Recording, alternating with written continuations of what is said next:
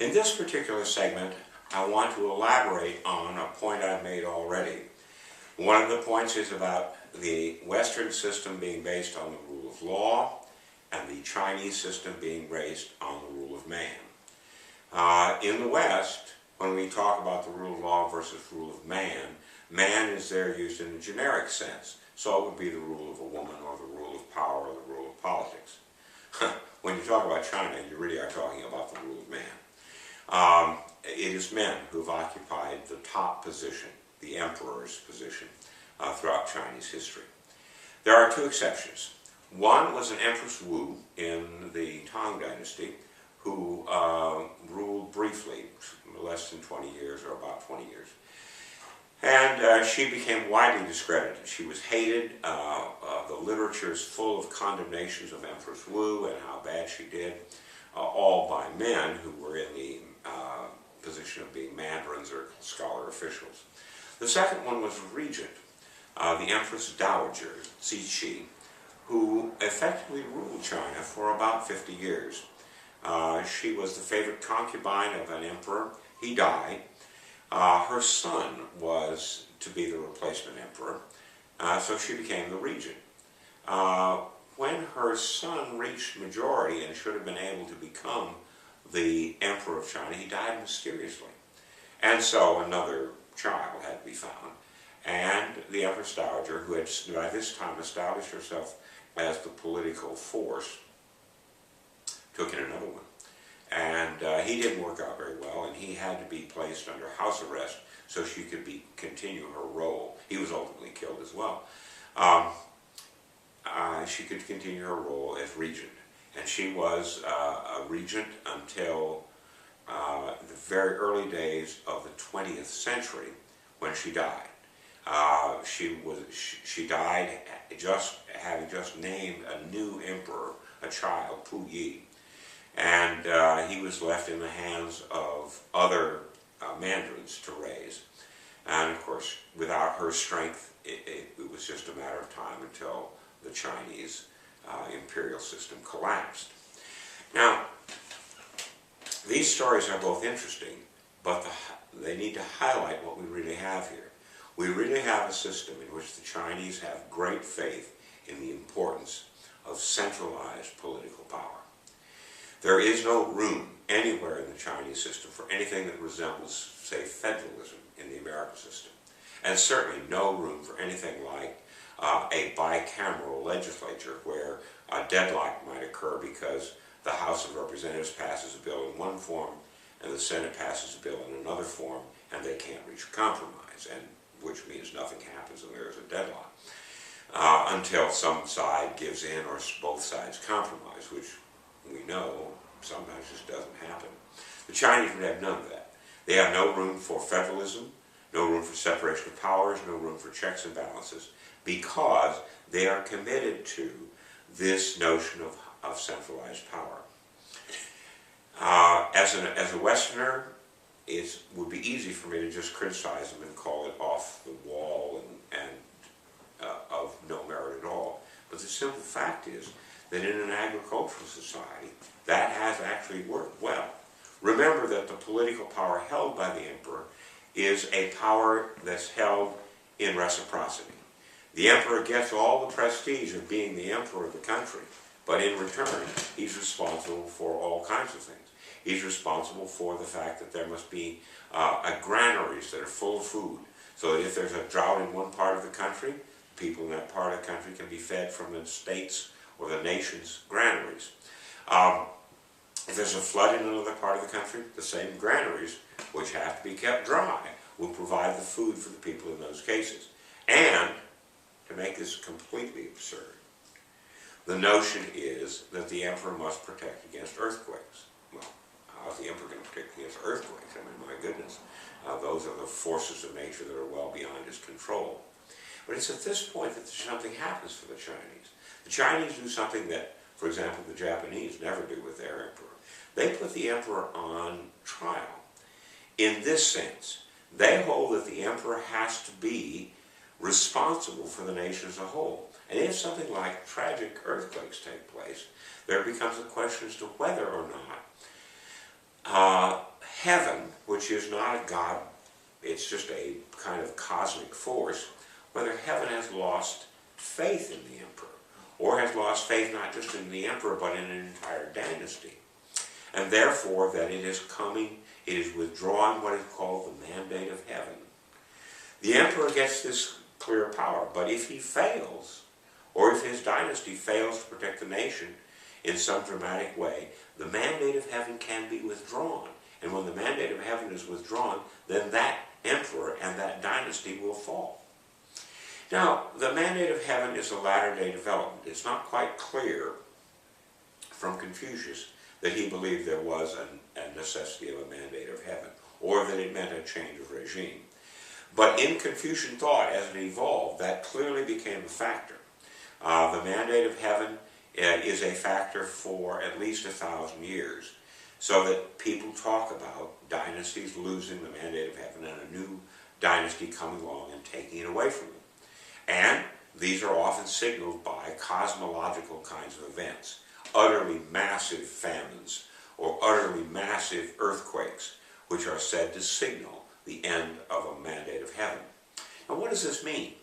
Well, I'm trying to characterize that the Chinese are very devoted to this notion of central order, of centralized political power that centers in the emperor. And that would make it an intolerable despotic or even a totalitarian regime were it not for the fact that the emperor is responsible, that there is a reciprocity. He gets all the prestige, but he in return has to keep the nation together. And that may be, in some sense, an impossible task. But the way in which it works out for the Chinese is this. They don't throw the emperor out for one famine or one flood or some disturbance or even a war. It is when there is a systematic failure that it occurs. Now, when do these failures occur? Well, they rarely occur in the start of a new dynasty. Indeed, at the start of a new dynasty, the Chinese are highly optimistic that this new dynasty will function to perfection. So new dynasties tend to get a long honeymoon. A honeymoon that can last 200 or 300 years. So it's good. But the Chinese believe that there's a kind of inevitable decline in a dynasty. That the dynasty, a young, vigorous dynasty, will have new rulers, a new emperor, often a military leader of great accomplishment. He will bring in his generals. These will be the first of the government officials. They will be educated, but perhaps not perfectly. And they will then be a new, vigorous, highly effective regime. So this will be a very effective regime. But as time goes on, as the emperor passes his power to his son, and then his grandson, and his great-grandson, each of these successive generations may be less and less effective. They may get too used to the great comforts of the Chinese imperial city or the upper reaches of political power, and they will then become decadent. And when they become decadent, they then raise the prospect that they will fail to maintain the mandate of heaven. Now, although this has been cast, and I have continued to cast it in terms of the Chinese imperial system, I in fact believe the Chinese cultural system has continued. I will talk specifically about why I think Marxism, and before Marxism, the kind of westernized Confucianism of Chiang Kai-shek, why neither one ever really was a Western transplant. They were all modifications in the rhetoric, but the underlying Confucian system was following through. So for me to talk about the Chinese imperial system more than 100 years after the end of the Chinese imperial system is strange, except that I see the Chinese leadership as looking very much like the old system. There is a change in that the emperor does not have a hereditary lock on the position. So they change leaders in a regular fashion. There will be a new president of China. There will be a new president of China every 3 or 4 years. However, the president of China, or the top official in the Communist Party, will not be able to rule as if he were an absolute dictator.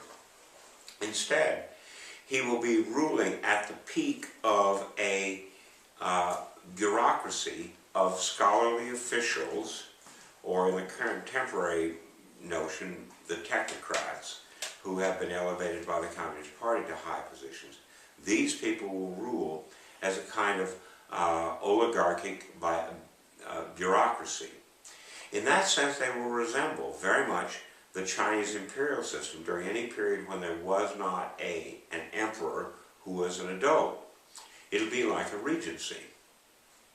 And even in periods of time when there were emperors, oftentimes the emperor only was able to survive if he listened to the mandarins, the scholarly officials who surrounded him. So the Chinese system has a great deal of focus on central power, but the central power at the very core is not just an individual. It is a collection of individuals in the very upper reaches of the Chinese bureaucracy. In that sense, China in the 21st century is unchanged from China in the first century, when scholarly officials ran the government. And that, I think, is a continuous pattern. Another part of this pattern is what happens with how you manage this across the country. Of course, you can see how the imperial city is operated. It's operated with the authority of one person. But what about a massive country the size of China? How do you manage it? Well, you manage it by having provinces and counties and villages. Well, isn't that like federalism? Isn't that like the American states, the American cities? No, not at all. Instead of having any federalism, which would have, in which there's at least a modicum of independent local control, in China there is no such notion. Everything flows from the center outward. And each of the provincial capitals is attempts to create an imperial city of its own, a centralized court that very much resembles the national court. So there is no independence. Everything turns on the belief in central authority. This means that the local authorities are unable to challenge the central authority. So there's never an official challenge from any local government, even if the local government is suffering from a failure of national policy. It is impossible for the local officials to say, we are standing up for the local folks. Indeed, the Chinese imperial system at its height rotated the officials around the country. And officials typically were not allowed to be in charge of the area where their hometown was located. They always were operating in areas and were rotated frequently so that no one could could go native, I suppose the phrase would be. None of them could be taken in by the local officials. All officials at the provincial level had to be selected by the central authorities in the national capital, which for the last several hundred years has been Beijing or Peking. These people do not exercise independent control, so centralized political power is the name of the game for the Chinese. And once again, to come back to the thesis that I talked about before, the centralized political power is a centralized political power that focuses on the authority of a person. It is the rule of man, not the rule of law. In order to have anything like federalism, or checks and balances, or separation of powers, things that are typical of the American government, you have to have a rule of law. It has to be a rule of law in the form of a written constitution that becomes the ultimate authority, rather than any one particular individual. In this sense, the two systems are really quite far apart. And that may be curious because, once again, I want to emphasize that both cultural systems, the Western cultural system and the Chinese cultural system, started really with a common fear of social disorder. A state of nature, if you like, for the West and for the Chinese, that critical, massive, dominant, terrible fear of Luan.